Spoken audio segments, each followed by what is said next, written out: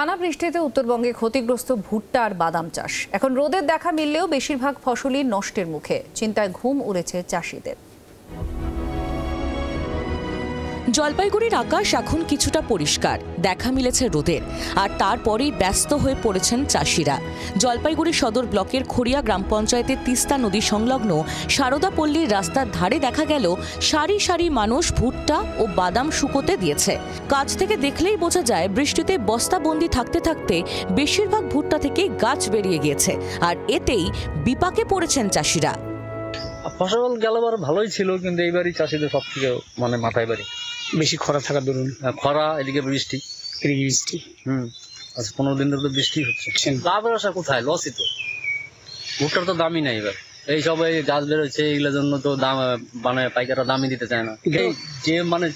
যে পরিমাণে রোদ্দুর দরকার সেই পরিমাণে তো রোদ্দুর নাই। এখন খালি গাছ ছেঁকা এই আর কি। ভুট্টার মতোই নষ্ট হয়েছে বাদামও। আগের বছরের তুলনায় দাম পাওয়া তো দূর, চাষের খরচ উঠবে কিনা তাই ভেবে পাচ্ছেন না চাষিরা। পরিস্থিতির দিকে নজর রেখেছে কৃষি দফতরও।